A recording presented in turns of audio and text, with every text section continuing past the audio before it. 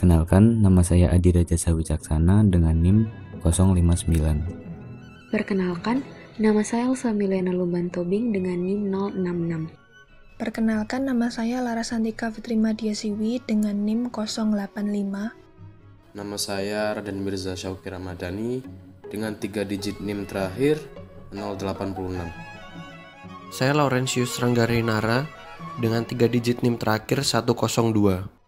Nama saya Renata Narawita dengan 3 digit NIM terakhir 105. Origins of the theory. Description of three functional units. Jadi, pas teori itu berakar pada kontribusi A.R. Luria dalam aspek fungsional di struktur otak. Ini adalah usaha pertama dalam penelitian teori neuropsikologi yang spesifik digunakan untuk merekonseptualisasikan konsep intelijensi manusia. Nah, perkonseptualisasiannya itu dibagi menjadi 3 unit fungsional yang menunjukkan 4 dasar proses psikologi. Luria mengungkapkan bahwa aktivitas fungsional kompleks dan pengambilan gambar akan melalui kombinasi dari 3 unit otak. Di sini ada 3 unit fungsional. Yang pertama, attention arousal system yang berada di brainstem, diencephalon, dan daerah medial cortex. Yang kedua, ada asosiasi yang berhubungan dengan occipital, parietal, dan lobus temporal posterior ke central sulcus di otak. Terakhir itu yang berkaitan dengan area prefrontal di lobus otak. Unit fungsi, pengaruh dan masalah. Luria mengatakan bahwa mempersepsikan dan mengingat, gnosis dan praksis, berbicara dan berpikir, menulis, membaca dan berhitung adalah satu kesatuan dan tidak terpisahkan. Aktivitas seperti membaca dan menulis bisa dikaitkan ke zona kerja tertentu di otak, karena otak bekerja sebagai sebuah sistem. Sedikit saja bagian di otak terganggu atau mendapatkan masalah, maka bisa memicu masalah di bagian lain yang bisa saja mengganggu aktivitas. Cara berpikir kita pun bisa dipengaruhi oleh banyak hal yang ada di luar diri kita, seperti budaya dan kebiasaan yang ada dalam masyarakat di sekitar kita. 3 unit fungsional dan pas teori. Komponen penting dari teori ini adalah peran dari kumpulan atau koleksi informasi yang dimiliki seseorang. Basis pengetahuan merupakan bagian dari setiap proses, karena pengalaman masa lalu, pembelajaran, emosi, dan motivasi mampu memberikan latar belakang sekaligus sumber informasi yang akan diolah. Informasi ini diterima dari sumber eksternal melalui organ indrawi mereka, dan ketika informasi sensorik dikirim ke otak untuk dianalisis, proses pusat akan menjadi aktif. Namun, informasi kognitif internal dalam bentuk gambar, ingatan, dan pikiran juga dapat menjadi bagian dari masukan. Dengan demikian, 4 proses beroperasi di dalam konteks basis pengetahuan individu dan tidak dapat beroperasi di luar konteks pengetahuan.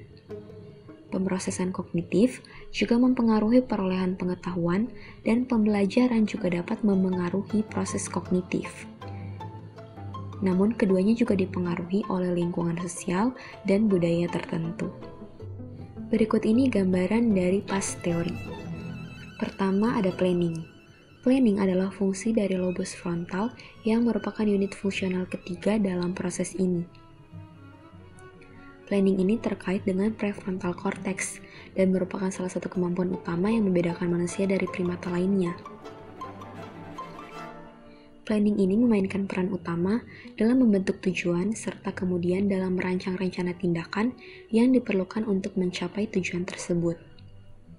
Dengan demikian, planning akan membantu kita dalam memilih atau mengembangkan rencana atau strategi yang kita perlukan untuk menyelesaikan sebuah masalah yang memerlukan solusi. Planning dapat menghasilkan solusi atas sebuah masalah serta memanfaatkan pengetahuan dan keterampilan. Yang kedua yaitu attention. Attention atau atensi adalah proses mental yang berhubungan erat dengan respon orientasi. Atensi merupakan unit fungsional pertama yang diolah di batang otak. Basis utama otak memungkinkan organisme untuk mengarahkan perhatian selektif terfokus ke stimulus utama dari waktu ke waktu dan untuk mencegah hilangnya perhatian pada rangsangan lain.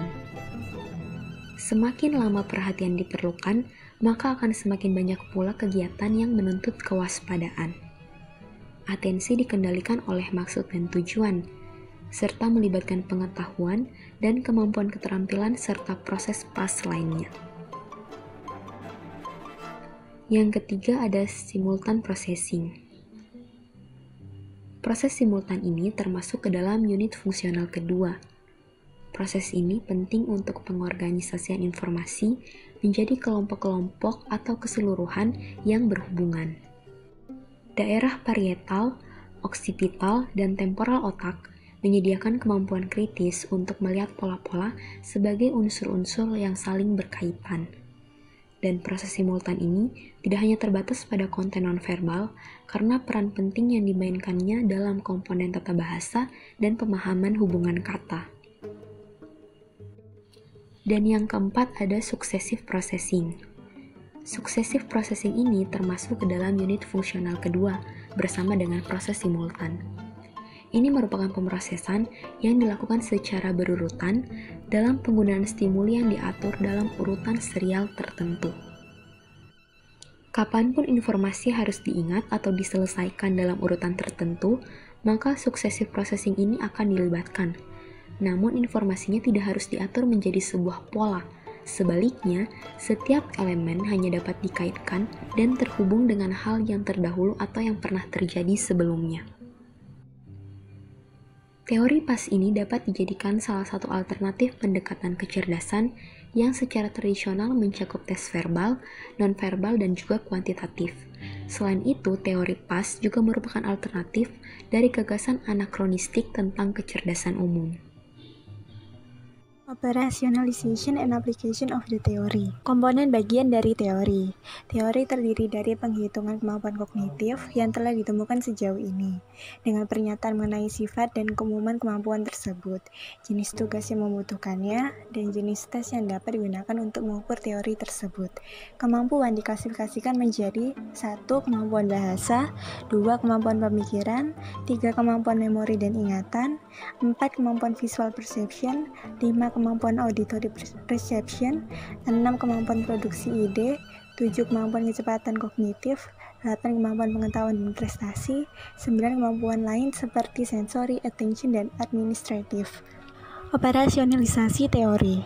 Teori Tristretum belum beroperasi dalam arti resmi apapun. Dalam buku Human Cognitive Abilities oleh Carroll tahun 1993 dan buku pedoman Jonassen and Grabowski tahun 1993, juga Fleischmann dan Reilly 1992. Sebagian besar menguraikan bahwa tes perwakilan atau prosedur lain yang diambil dari penelitian atau dari serangkaian tes di mana faktor kemampuan relevan dapat diukur. Aplikasi model teoritis untuk latihan dan penelitian. Teori Tristretum utamanya dimaksudkan untuk memberikan bimbingan penelitian lebih lanjut mengenai kemampuan kognitif dan strukturnya.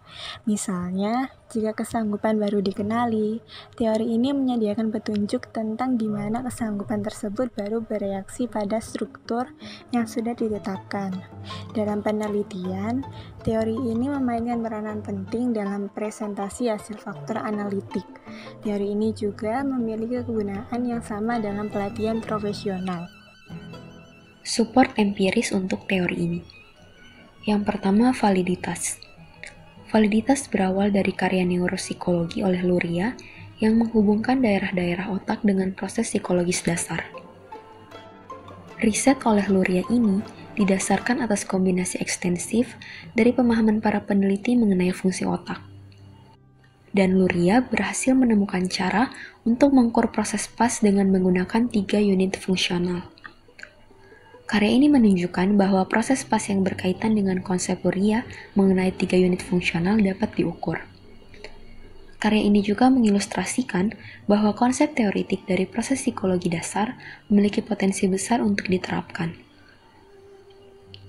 Studi awal mengenai validitas teori mencakup elemen dasar dan tes kemampuan kognitif anak. Peneliti berhasil menemukan bahwa terdapat perbedaan perkembangan anak di usia sekolah dasar, menengah, SMA, dan juga perguruan tinggi. Peneliti juga menemukan bahwa konstruksi PAS ini sangat berhubungan dengan pencapaian dan prestasi individu dibandingkan dengan kemampuan lainnya. PASS Profile. Pada tahun 2000, Naglieri mengikuti penelitian metodologi yang menggunakan PASS teori dan konsepnya Relative Weakness and Cognitive Weakness pada tahun 1999 yang dikembangkan oleh Naglieri sendiri. Pada tahun 1999, Naglieri mendeskripsikan relative weakness merupakan kelemahan signifikan dalam kaitannya dengan PASS score menggunakan metodologi ipsatif yang awalnya diajukan oleh Davis pada tahun 1956 yang kemudian dimodifikasi oleh Silverstein pada tahun 1982 dan juga pada tahun 1993. Cognitive weakness ditemukan ketika seorang anak memiliki intra-individual signifikan berbeda pada PASS skala skor GAS yang berdasarkan pada metode ipsatif. PASS teori sendiri bisa digunakan untuk mengidentifikasi anak dengan kesulitan kognitif dan hubungan akademik untuk tujuan pemenuhan syarat tekad oleh extension dan rencana instruksional. Yang kedua, anak dengan ADHD. Sebuah studi yang dilakukan pada tahun 2003 oleh Naglieri, Goldstein, Eisman, dan Schwebach tentang komparasi anak normal dengan pengidap ADHD melalui pendekatan dengan 2 tes. Tujuannya untuk mengetahui apakah teori PAS dan teori turunan dan tes turunannya, yaitu CAS, dapat lebih peka terhadap kendala belajar anak ADHD. Yang mana dengan tes WISC-3 tidak begitu memadai untuk problema itu. Hasilnya bahwa ada bentuk efek perencanaan yang besar antara anak normal dan anak ADHD. Namun, berdasarkan skala atensi, ukuran efek kecil juga diobservasi. Kemudian berdasarkan WISC-3, perbedaan hanya ada pada indeks kecepatan proses antara anak ADHD dan normal. Yang ketiga adalah anak-anak dengan disabilitas membaca.